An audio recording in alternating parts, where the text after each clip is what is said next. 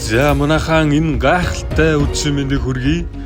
За хэдүүлээ яг одоо Цэмбий авт гэрлийнхээ 2022 оны шилдэг ажилтныг тодруулах гайхалтай сэтгэл догдлуулсан мөч яг одоо ирээд байна. За тэгээд бүх ажилчдаасаа санал хураасан байгаа. Өөрийнхөө хамгийн шилдэг гэж боддог хүндээ санал өгнө үү гэд санал хураасан байгаа. За санал хураалтаар дараах 9 хүний нэрс орж ирсэн. Жаал хүүгийн Бат төвшин нэг санал, Гамболдын Оюн болд нэг санал, Бат тулгын Батүлэг нэг санал,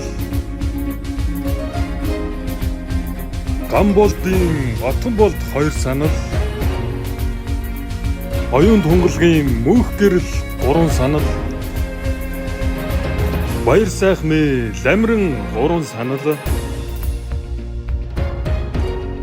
За одоо хамгийн олон санал авсан сүүлийн 3 хүнийг танилцуулъя.